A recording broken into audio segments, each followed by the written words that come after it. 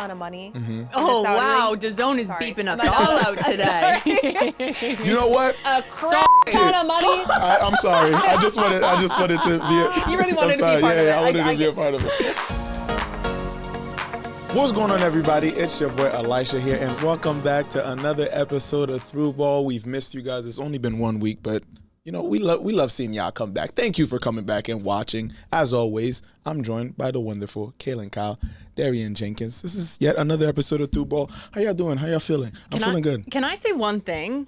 This could be my favorite fit I've seen on you. Come on now. Listen, I had to add the little. It's a boots only summer. I like it. Were you walking the streets in New York in those? Yes. Was it like I had to hold on to every rail to make sure that I don't Now slip. you know how those girls feel. His Achilles are going to be tight after this. Yeah, I know how y'all feel. I'm walking barefoot after this. Love that. If you leave those Pradas behind, you know where they went. To me. How was your heart after the Barca match happened? You know, I had to phone a cardiologist. I was thinking about you. Yeah, I called my doctor. You know, it was a tough conversation, but you know, I feel good. I feel good as a football fan first. Yeah, I still feel good. I'm in good spirits. Yeah. You know what, Darian? That's just pained him to say that. We know when you're lying, and this is why he's more ashamed. Don't pop my tea, We can't Kaylyn. look at his eyes right time. now. He's crying on the inside. As always, we're going to talk about all the tea, all the drama, all the headlines, everything that's going on in football right now. Obviously, Barcelona, Inter, box office, right? But there's a lot going on in football. Let's get straight into it. Every week, we got to get into our VAR moments of the week. And although Barcelona lost, again, I'm not. Maybe this is a bit of a coping mechanism. Maybe I'm a little sad on the inside. Okay, it's okay though. It's all right. But as a football fan, first, as I said, this was like it spoke to the little child football fan in me. Like it was. I was just so excited. Like I couldn't sit down. I couldn't stand up. I didn't know where to look. It was just like I went to my boy Stav's house. Shout out to Stav, my boy Oski, and we watched the game together. And he was at some point like he was saging the TV so he can try to like somehow bring Barca some luck. Like it was a lot going on. But yeah, man, kudos to Inter. Like they played a great what an amazing match. Yeah, and we're gonna get more into the details a little bit later on. But this was the greatest semifinal in the Champions League that I've ever seen. This was the best match this year so far, and that's credit to Barca, but also very much credit to Inter. A performance like that is box office, man. I enjoyed it. I can't complain. So the whole match was your VAR moment? The whole game. The whole game was my VAR moment. I feel like that match to me is what epitomizes why people fall in love with the game. Yeah. This is why it's the best game in the world, because it got everyone from former footballers to professional footballers to the world's greatest. I was watching the David Beckham watch along and watching some of the greats like not even be able to speak in those moments. I'm like, this brought me back to my childhood of why I chose to be a professional footballer, because everyone wants to play in one of those games. And I remember mine. Mine was 2012 against the U.S. women's national team, Old Trafford in the Olympics, the semifinal. And it was back and forth. It was like attack versus defense, which was like lacking. And then it was attack versus defense, which was lacking. And it was just such an incredible match from start to finish. Yeah. I was literally at my son's baseball game, like watching, and he's like, "Mom, you watching?" I'm like, "Great job, babe. Good job, Hendrix." Yeah. But I was like, touchdown. Yeah. I was like, swish. But like genuinely, it was such an incredible match. And I love that VAR moment for you. Yeah, that's a great shout. That game was so open, authentic. Both teams just stuck to how they played. And I feel like usually you see a team kind of succumb, and especially playing against Barca, they sit back because they're so scared of the attack. Yeah. Inter came out swinging in both legs. So I love it. It was iconic. I love that we got to witness that in our lifetimes, because you hear about, older generations talk about games that, we didn't get to see. I think we witnessed history with that game. This final's going to be fire. Yeah. This one, because Inter's in it. And again, like if a team that I don't have a direct rivalry with, so the biggest question, hold on, biggest question. Yeah. Are you now jumping into the Inter bandwagon. Oh no, I 100% want Inter Milan to win the Champions League. Yeah. The way we lost to them was so honorable. Yeah. And again, I know a lot of people have their takes about the referees or whatever. Listen, there was some calls for Inter that weren't given. There was some calls for Barca that weren't given. At the end of the day, it's not the ref's fault. Yeah, you didn't put away Barca chances. lost. Yeah. Barca lost. Inter won fair and square. They played an amazing match, and their fans again, like that 12th man in the San Siro, you can't beat that. And I want them to win it. Give me your hand. Come on now. You're growing. You're growing. I'm growing. Hashtag growth. His hands are clammy, Yeah. so that pained him to say that. You know what that's called, actually? It's media training. Okay, I'm tight. I'm mad. No, I'm joking. But yes, Darian, what is your VAR moment of the week? My VAR moment is finally Trent is going to Real Madrid. Yeah. Can we get a round of applause, Yes, everybody? I love it. Finally, after the rumors all year long, it's finally done. He joins Jude Bellingham. We know that they're besties. Yes. They play on England together. And Jude is actually the one that helped, I think, convince him to join Real Madrid. Yeah. But Scout Bellingham. Something that I love is that in 2019, Trent did say Barca was his second favorite team. And I was gone on the dark side. How do you feel about that?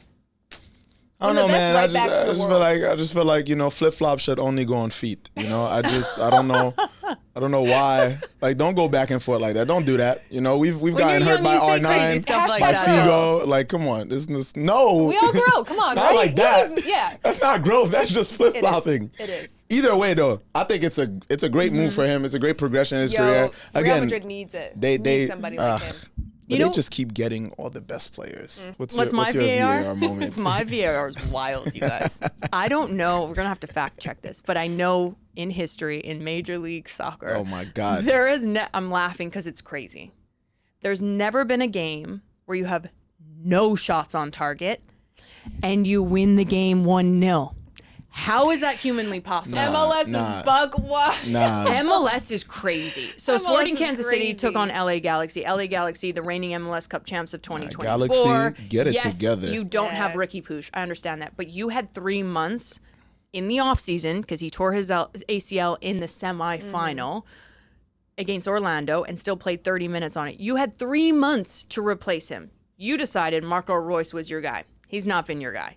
Then obviously Payne still started with the injury in the beginning of the season. He's been back. But they took on Sporting Kansas City, a team that genuinely, the starting 11, there's maybe, if you're an MLS team, I always say this, you would maybe trade for one, if not 2 players in that starting 11. Maybe. Like they're struggling. It's a rebuild. Yeah, Obviously, they fired Peter Vermees, one of the Yeah. greatest managers of all time in Major League Soccer. He's incredible. I sat down with him last season. He's such a phenomenal individual. But to go, if you're the LA Galaxy, no wins on the season. It's the worst start ever in history of Major League Soccer as a reigning MLS Cup champion to start your season. 11 match days 11 without is so a win. brutal. Let me put that into perspective. Montreal's the only other team in Major League Soccer. It's crazy to me. And then to lose a game where Sporting Kansas City didn't have a shot on target. Damn, fight 1-0. back, Galaxy, do something. Stand Damn, like No, at it's this point, bad. they've had It's I bad. looked up, they had 1 or 2 red cards this season. Start fighting your opponents. Like, do something. they Get don't more need to. yellows. They Get more have- red cards. They have one of the best managers in Major League Soccer. They have some of the best players in Major League Soccer. I don't know what's going on in the camp. But like as a fan tuning in, I'm like, oh, the Galaxy. Listen, man. reset. A great philosopher named Pop Smoke, R.I.P., once said, "I don't care if you're losing. Still fight back. Fight back. Yeah. Do something. Like just." Do something, because you're down bad. I got a skit. I'm working on a skit for Galaxy right now. Don't make me put it out, because if I do, it's not going to look good. It's just not going to look good, but please. That's my VAR for the moment. Tough times. All right, this is Onside or Offside. Obviously, this is the segment where I give you a take. Sometimes it's from me, sometimes it's from the internet. After my take, obviously, my lovely co-hosts, Darian and Kaylyn, will let me know, am I bugging, am I tripping? Am I onside or offside? And the first take this week is, this semifinal versus Inter and Barcelona was the best semifinal in the Champions League of all times. Onside or offside? Onside. Okay. Onside. I'm going onside. But can I have an honorable mention? You could have an honorable mention. Okay, do you want to go first? first? Okay, so I'm going honorable mention back in, I think it was 2018. It was Roma, Liverpool. Ended up 7-6 on aggregate for Liverpool in the second leg, but the first leg it was 4-2 for Roma. It was like one of the best comebacks of history. Yeah. Every single year, I feel like the Champions League does not disappoint. It's got some of the best players in the world, the best competition in the world, but the best games in the world. And to see Inter go through, were they the best team on paper? No, Barcelona were. But Inter, in the fashion that they did, they took complete control of Barcelona's weaknesses. Yeah. And to do it in the dying moments, when you think it was 2-2, then Barcelona in extra minutes in the second half, make it 3-2. Like, I'm just... Yeah. There's no words for that. Like, this is why... 3, 4, 5, 6-year-olds fall in love with the game. My 6-year-old pulled him out of school early because I was like, you have to watch the second leg of this. I did. I'm sorry for the teachers tuning in. Don't fine me because you can get fined now for your kids missing school. But like, it's worth it. It's wild. It's worth I it. pulled him out of school. I picked him up early and we're sitting on the couch. And he even said, he was like, how good is this game? Yeah. I said, this is the best game in history. Yes. I said, you're welcome for me taking you out of school. You're welcome. And then I was like, let's go get McDonald's because I was like, we got to finish this off with like a nice treat. But I'm like, great mom. I know. I love McDonald's, little cheeseburger and fries.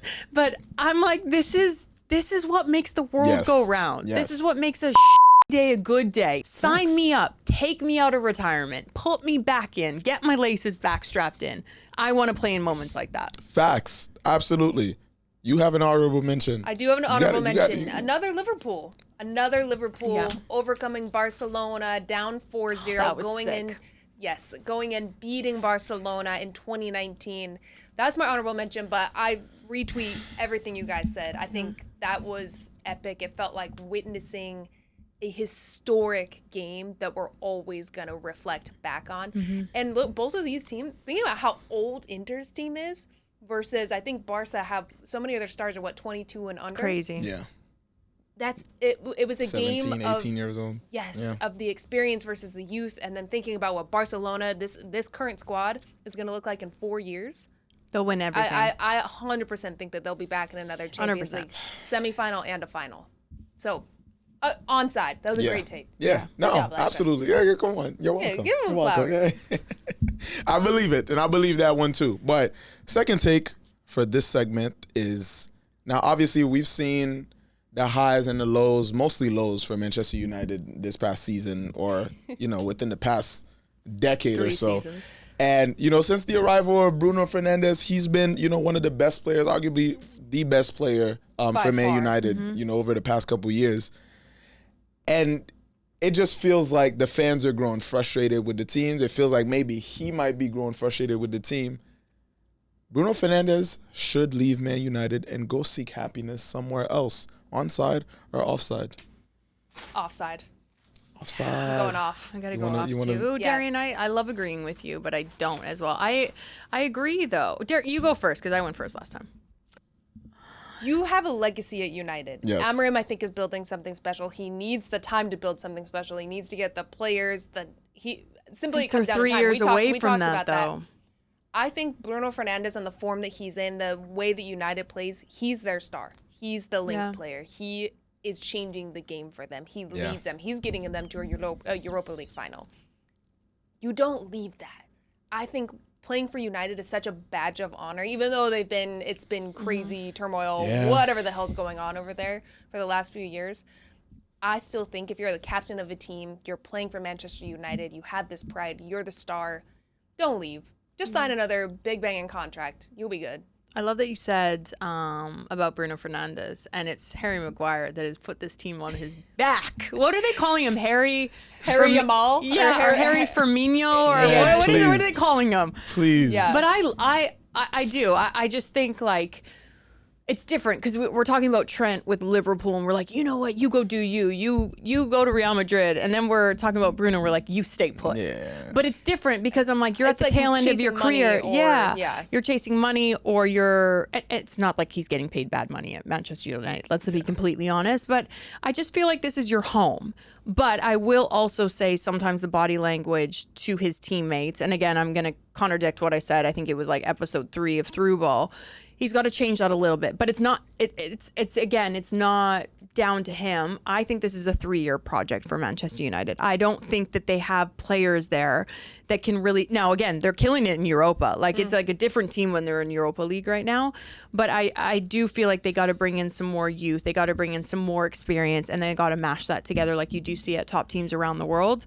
But I just feel like you got to stay. You've been the only bright spot. This is why you're not relegated this year, is because of Bruno Fernandes. And yeah, I genuinely would hate to see him go. Speaking of Man United, obviously, they're always making headlines, not necessarily for all the good reasons, but right now in the Europa League, and especially since they've been making strides in Europa League, despite how bad they've been in the Premier League, they still have a chance to be in the Champions League next season. Woo. If they win the Europa League final, they're going to be in the Champions League next season. Yeah. Now, the take is... I already am going onside. I don't even know what the take has to be. I don't think it's fair. I do not think it's fair. If you win the Europa League, you should not be permitted into the Champions League the following season. Oh, you're with Arsene Wenger. Yeah. So I'm offside on that then. I don't agree with you. Onside or offside? Yeah. I'm offside. Sorry, You're I'm going to take the onside. Why? And that's crazy. Why? You know how hard it is to win Europa League? Yeah, you know how hard it is to be in the Champions League? 100%. To top your domestic league 100%. and make it to the Champions League? But this is what makes the Europa League exciting. If you took that away, okay, Europa League's Europa League. It doesn't make it exciting. When you have sorry, let me just retract that. It is exciting. Yes. But when you have a champion, and again, it's a United that has been abysmal through the season, the last 3 years, 4 years, to then go on to the Europa League final, win it, and you're like, holy, I'm not going to swear because I don't need to have to beep it out, but now you're in the Champions League. This is what makes Europa League fun. This is like when you're a young kid and you go to the fair and your mom goes, you know what, you can get that cotton candy. And then you can go on the Ferris wheel. You're like, yes, I've made it. No, you guys didn't go to a fair before? Or like, you don't like cotton candy? Yeah, I mean, popping the balloon so I can I'm a win the funnel little cake donuts? girl. I'm a funnel cake girl. Oh, I like funnel cake. I'm also going to go offside. Europa League is so fun because you get to play against these inspiring teams whose stories you didn't know before. Teams that are really good heavy hitters. Maybe they're not performing great in their own leagues. I think we've seen United come around in this and get better because of Europa League. Yeah. So I think it'd be crazy to say, you win this whole tournament, good job. Everything else would qualify for you Champions League except this. That's crazy. Are you just agreeing with Arsene Wenger to agree? No, I just So are you feel like onside or offside? I just feel One word answer. You I'm onside? I'm onside. Wait, so you don't think they should go to Champions League?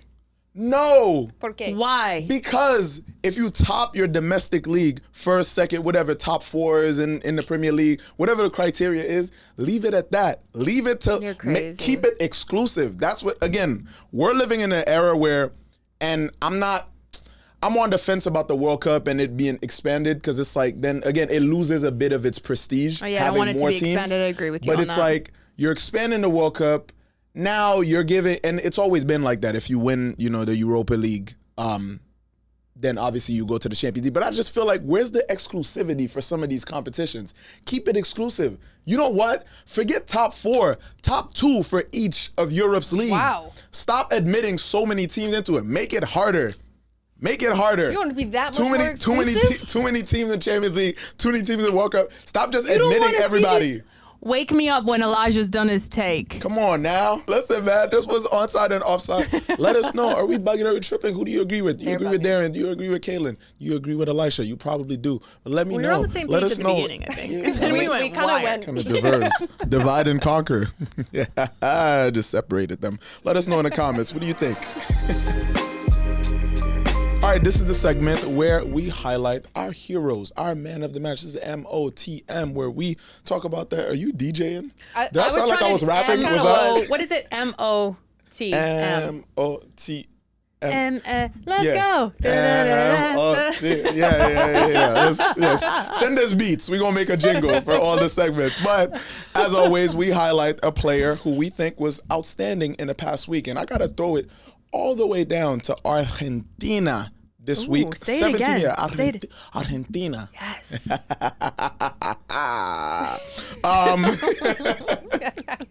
That chain's about to pop off. Well, just pop into my last name. Pop into my bank account with the chain.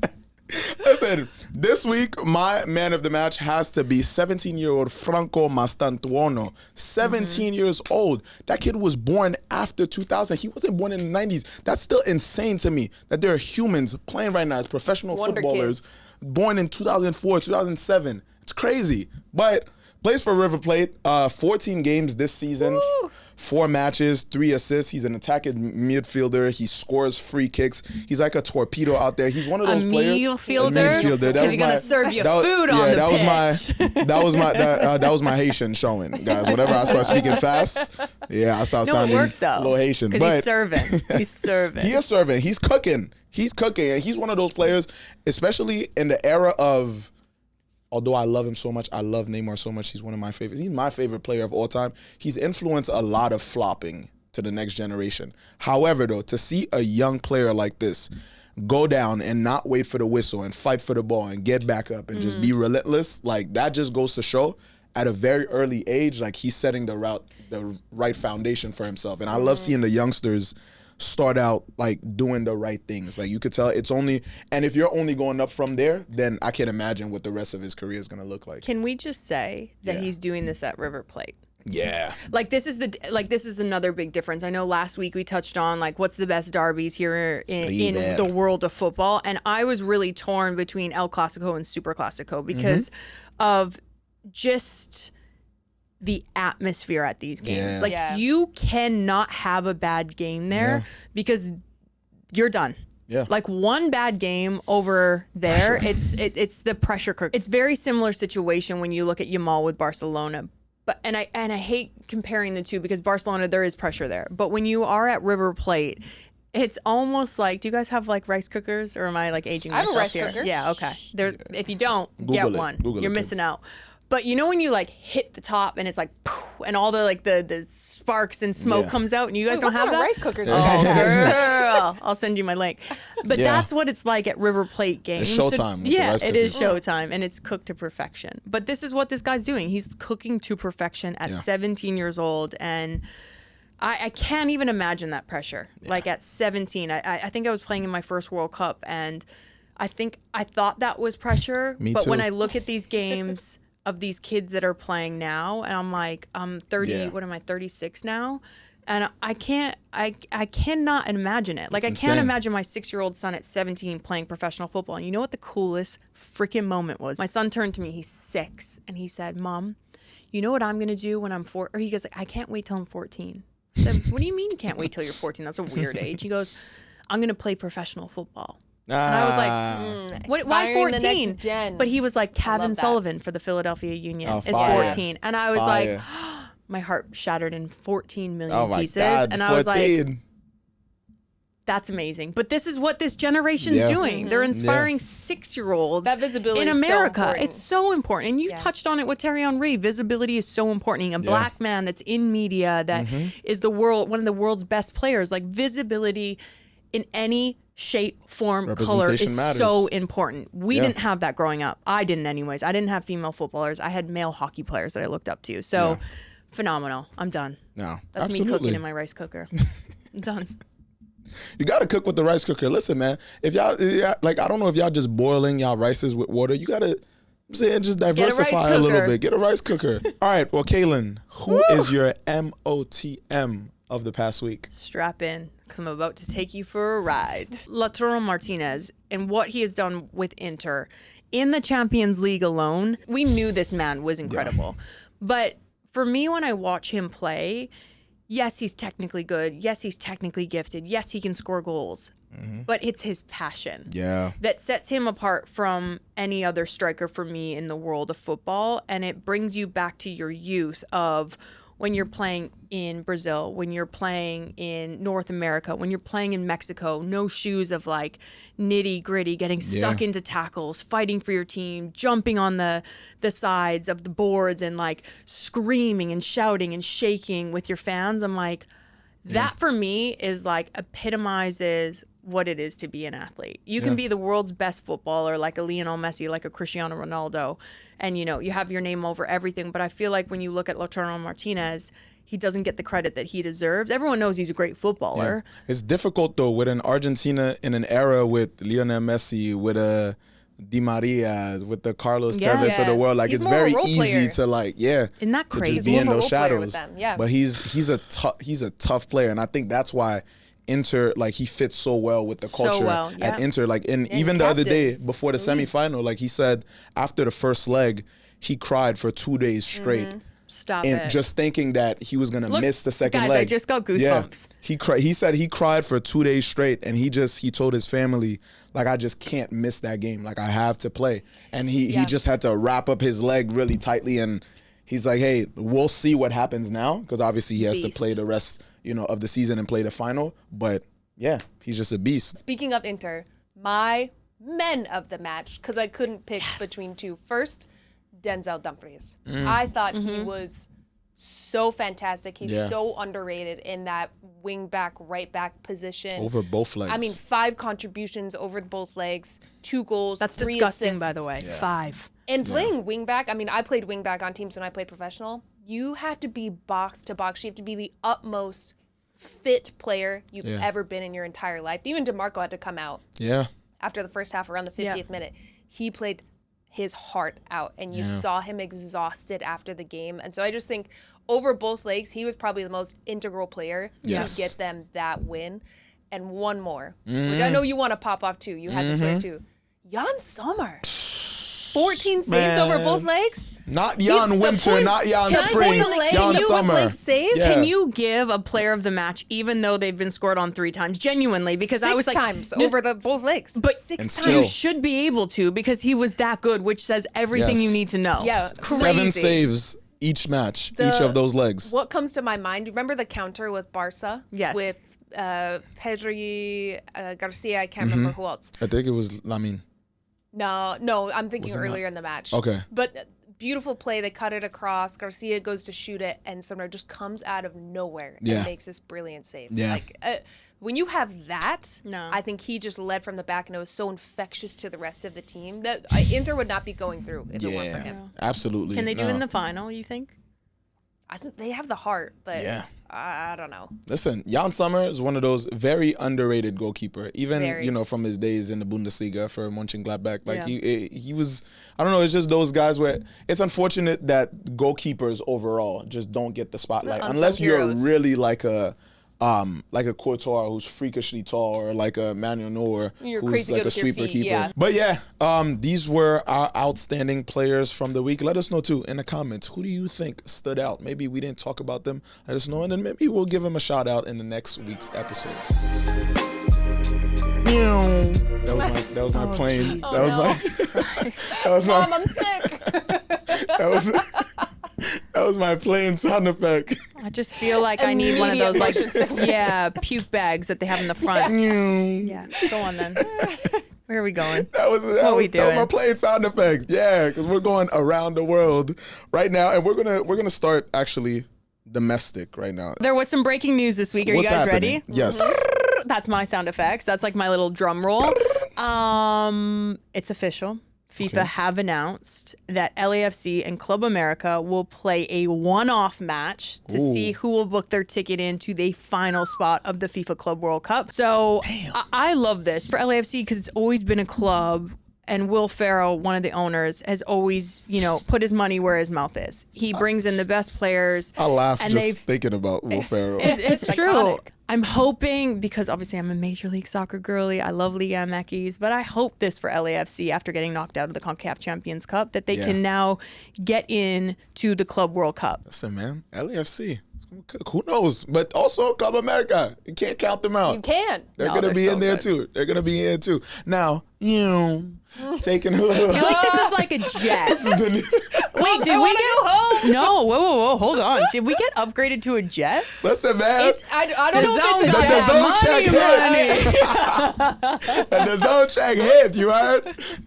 We're going to make a little stop over there in France, okay, specifically in Ligue 2. FC Martigues just played a crucial role in relegating the one and only an iconic French team to the Championnat National, which is essentially 3rd division in France for the first time. And one of the scorers, Ukas Mendy, made sure to hit the Mbappe celebration. Now, why did he hit the Mbappe celebration? Because Kylian Mbappe is a majority owner of Kent, and his team just got relegated. And first of all, I love it. I love the penniness. I'm all for the smoke. But I love it even more because I still don't understand why active players are allowed to own clubs. Period. Should be another onside offside. Maybe that should have been on offside offside. I feel like there's a small conflict of interest potentially. For what? I don't know. For this. Yeah, like it's not in the same. I know, but it's like it just feels a little. You said onside for more footballers owning clubs. I mean, yes, 2 weeks ago. Roll the tape back. After you retire.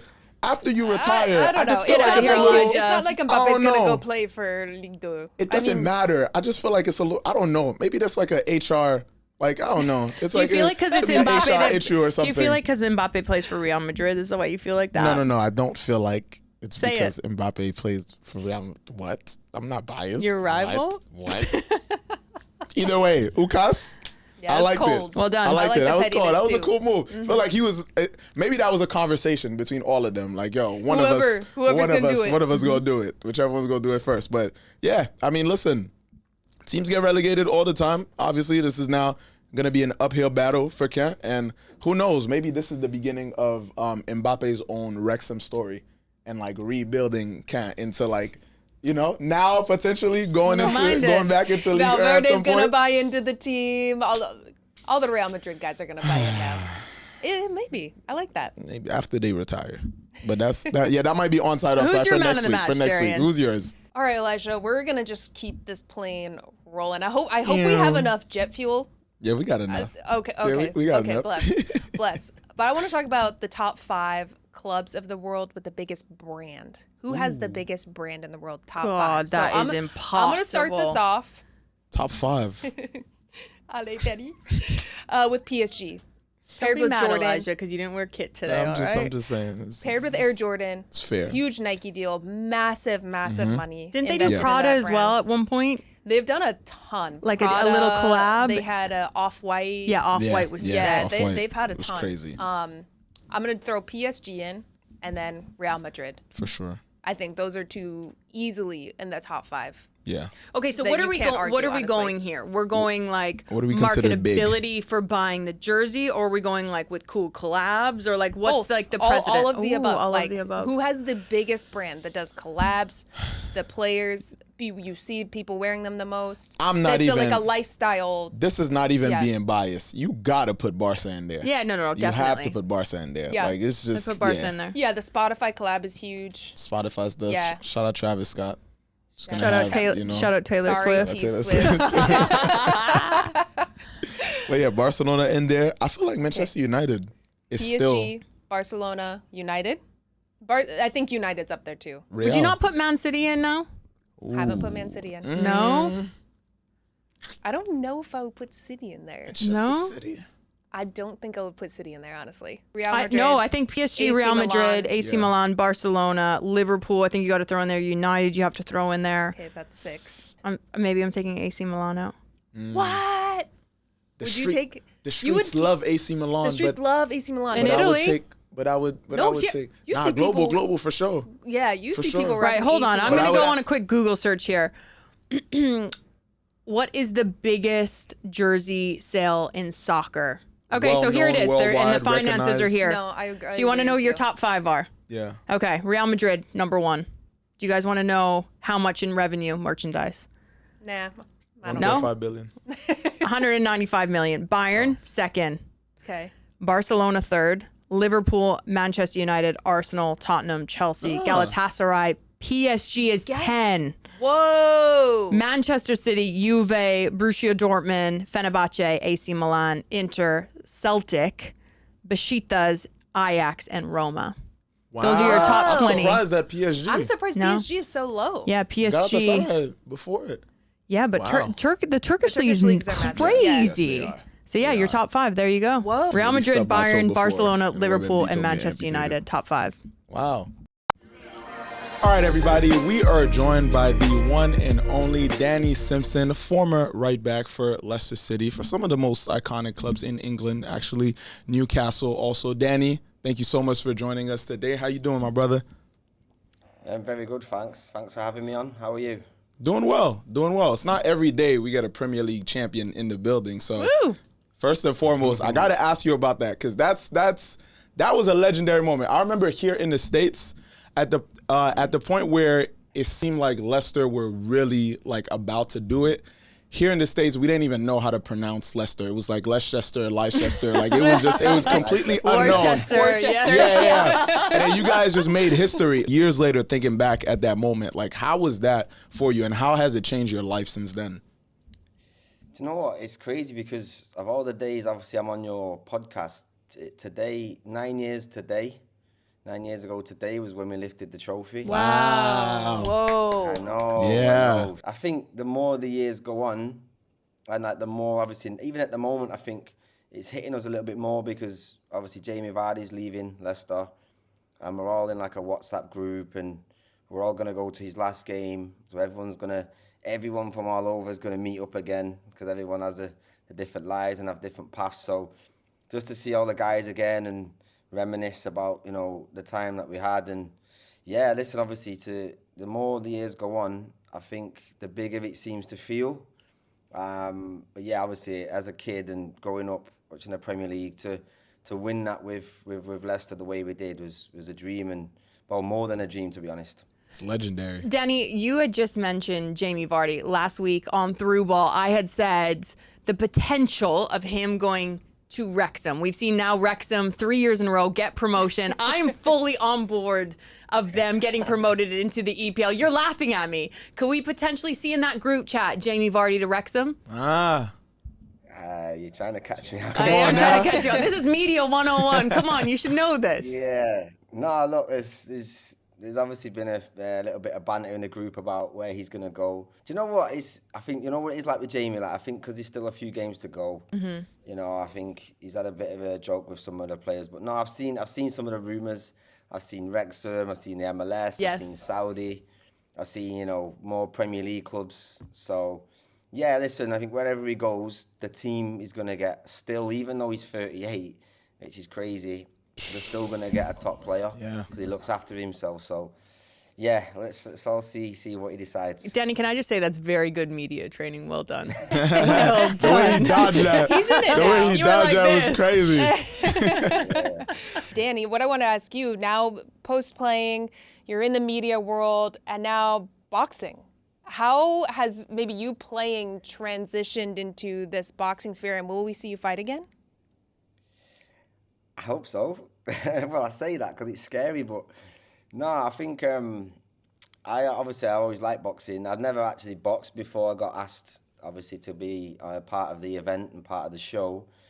But I think what it was I think I'd missed, you know what it was, even though it's boxing and football, I'd missed being in that environment with, obviously not footballers, but like other lads and everyone training just every day. Like, even though like it's an individual sport, like the support I was getting from the other boxers in the gym and, you know, in the camp, apart from the odd time when they got me in the ring and taught me a lesson. But no, I think it was just sometimes like you miss that day-to-day routine, the training, getting fit. Because sometimes when you retire, it's difficult to maybe keep the weight off, go to the gym on your own. Amen. You lose that routine. It was just nice to be back in that environment. And do you know what it was? Learning a new skill. Because you're starting from complete scratch, and as frustrating as it is, because you like to think you was the best at your craft or you was good at it, when you're trying something new, I learned a lot about myself, put it that way.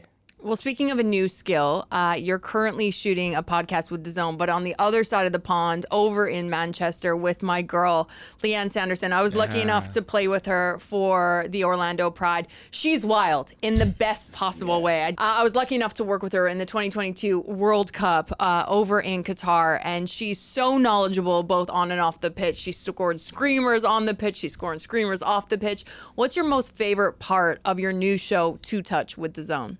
Do you know what it is with Leanne? Like, obviously, I've knew of Leanne for a while. Yeah. Obviously, especially with her being a Man United fan, and that's where I started my career, and I'm a Man United fan. But, like, I think you just said there, she's so knowledgeable. Yeah. And just, you know, we seem to have this energy and this vibe. Like, she's full of energy, the way she is, and you can't help but, you know, it's infectious. Yeah. And once it's weird because sometimes we've got a bit of a script and we just go off on a tangent, because we're just so passionate about football and the conversation just flows with us. Yeah. Listen, sometimes the whole point is sometimes we disagree, which is fine, but it is a bit like a brother-sister relationship. And honestly, we've done 3 episodes now, and I've loved every second of it with her, and I really enjoyed it. I got to be honest, I listened to the first 2 episodes. I haven't tuned into the third, and you guys, I will say it's very much a brother-sister relationship, and I couldn't want anything more from 2 people. I don't know you, Danny, so next time you're stateside or I'll be over in June for Soccer Aid, we got to link up because what you guys bring 100%. To DAZN is literally second to none. It's not better than ours. I'll just put it there, like through ball and then 2 touch, but it's all right. It's all right. Yeah, she said it. We got to start she said it. We've got to work our way up. Yeah, you do. Listen, speaking of being stateside, obviously we have the FIFA Club World Cup coming here this summer. What is the sentiment over where you're at? Like, what are you feeling about this competition coming here this summer? Because it's brewing. We're feeling like the anticipation right now is tensioning up. So how do you feel about it? Yeah, I feel like it is starting to tense up over here. Obviously, at the moment because we've still got the Champions League, the Premier League, but I feel like once them competitions have actually done and we know who the winners are, then all the attention will go into the Club World Cup. And I think for me, just speaking to Leanne and hearing how passionate she is about it, I think just to have all the teams from all the world, like even as a player, like we watch players from all over the world, but sometimes you don't get to play against them or to share a pitch with them. And I feel like to have like the top European teams with American and even like my friend Riyad Mahrez, as we know, playing for Al Ahly and with Ivan Toney, I think just to have all these top players in a tournament over there. Listen, I'm jealous. Yeah. I wish. Come over. I wish I could. Come over. You can come out of retirement. But I think I'm really looking forward to I'm looking forward to seeing how all the players, try and play against different types of players, if that makes sense, and different styles of football. And it all comes together and we're going to find out, who takes it serious and who's the best. Who do you think really has a chance? Obviously, you have friends in the game, all over the world, but many of them playing in this tournament. So who do you think has the best odds at the end of the day? No pressure. Be honest. I think at the moment, the story that has come out the last few days, I feel like I'm going to go out on a limb here. I'm going to say, I think Real Madrid, but I'm going to say this because... Darian's buzzing. In a PSG candidate. They're obviously trying to get Trent to play, as we know. This is obviously the stories the last few days, because with the contract situation, he's not allowed, and they're going to try and work it out. And I think, yes, the fact that they're trying to get him there, and I think it obviously is going to mean a lot to them. And just the way Real Madrid are with trying to be perceived all over the world as the best. And I think the disappointment, with the Champions League, I think they're really going to go over there and take that serious. But listen, there's upsets. I've been part of an upset. We've seen Morocco at times, and they've been an upset. We've seen Greece over the years at Euros. So, listen, it's for anyone and anyone to perform in that. It's a month, I believe. So yeah, listen, I'm gonna go with Real Madrid, but hopefully some of my friends don't find out I said that. That's okay, Danny. We're gonna clip that, throw it on social media, and throw you right under the bus. You spoke about Trent as a former player. It's for me frustrating when you see fans and media go at a player that has given so much to a club. So I want to get your take on it. When you do look at someone like Trent that has given everything to Liverpool, he's come up through the system, and now he's chosen to. And I'm not discrediting in Liverpool. Obviously, it's one of the biggest clubs in the world. No. They just won the Prem. To choose to go play for Real Madrid. What do you make of that situation? Look, I get it from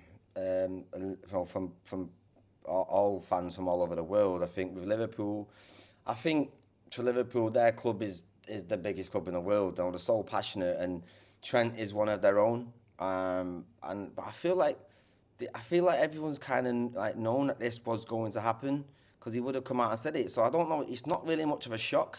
Yeah. And listen, if you get an opportunity to play for, Real Madrid, and listen, Michael Owen went and did it, Steve McManaman, so it's not like it's never happened before at Liverpool. And I feel like he, compared, apart from Steve McManaman and Michael Owen, Trent has won everything for them.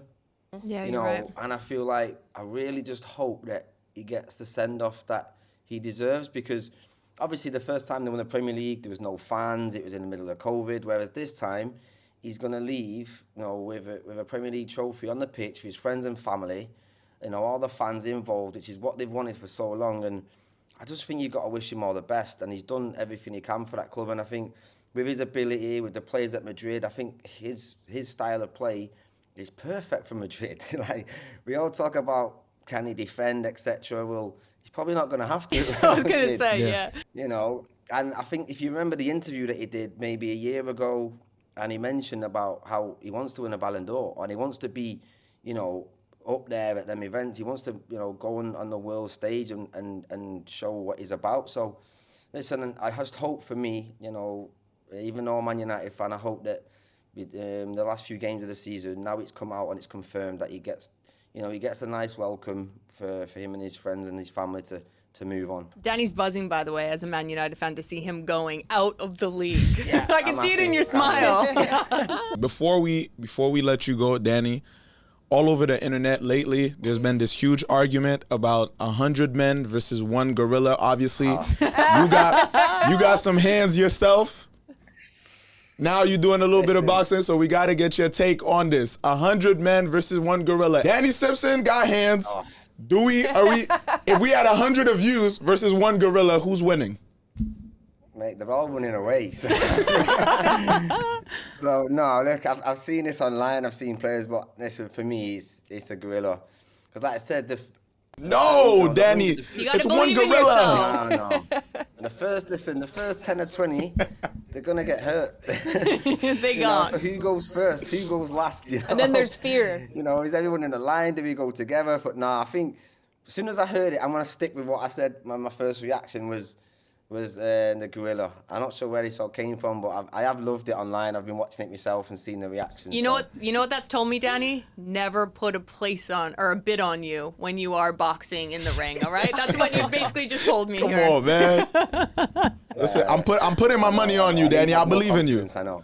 I would be on the sideline coaching though. Yeah. I'm not getting in there with that gorilla. I gotta, the face gotta stay intact. You're cheering me on, yeah? Yes, sir. Come on, Ab. All right. Thank you, Danny. We appreciate you. Thank you so much, man. All right, extra time as we are coming closer to the end of the show. Anything else that we didn't get to mention that we didn't get to talk about that you guys would like to let off and tell the people real quick? I'm playing the piano because the Champions League final is officially set. One of the best tournaments in the world every single year. It does not disappoint. And this year, it was cooking from Declan Rice, making rice at the Bernabeu. You have Inter Milan knocking off one of the best teams in European football with Barcelona. I'm so sorry I had to throw that in there. But now you have a final of Inter Milan and PSG. Put the Pradas on, all right? The DAZN paying for that money with you. But you have Inter taking on PSG in the final. PSG, for me, you touched on it, Darian. I think it was week 1. Yeah, you're repping the jersey. Come on. They've mixed youth with experience. Yeah. And it's one of these teams, for me, in transitional moments, is one of the most dynamic, direct, dangerous, the 3 Ds. You like what I've done there? Yeah. I actually didn't even practice that, just rolled off the tongue. With how good they are in that attacking third, and it comes from multiple different players. It's not just one player that has been carrying this team, like when you looked at Arsenal with Declan Rice on set piece opportunities. Inter Milan, you look at Lautaro Martinez, that has been phenomenal, 9 goals through 8 matches. I don't know how to call this final, genuinely. I think this is one of the first Champions League finals where you're like, anything can happen in a one-off match. And I know we can say that about any time when it's a one-off match in the best teams in European football, but I'm so excited for this Champions League final. It'll be an exciting one. Yeah. It's going to be an exciting one for sure. I don't know how you stop Barcola, Dembele, Kvaratskhelia. I mean, come on. I don't know how you stop it. I just want you to keep pronouncing for me because that is music to my ears. I got the Canadian. I'm like Lautaro Martinez. I can't roll my R's. All right, I can't. Roll. Give me some tequila and then I can. But honestly, I'm buzzing for the Champions League. I'm sorry. No, I am too. DAZN, send us to the final. Come on. Final. Send us to the final, man. Please vote in the comments. Yeah, like, comment, subscribe. Comment, subscribe, whatever, you know. What's the thing where you you can put money towards something? What are they called? Not Venmo. What, donate? What's the, put a GoFundMe? Yeah, GoFundMe. Start a GoFundMe.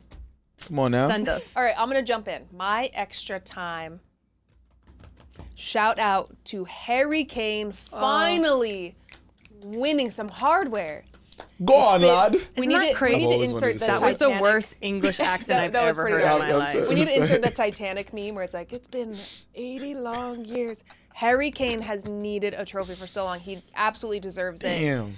We need him to get healthy too, but I think this is monumental for him to go to Bayern, win the hardware. And I loved his post on social media after where he was like, it's a rough morning this morning. You know, when we were celebrating with the lads.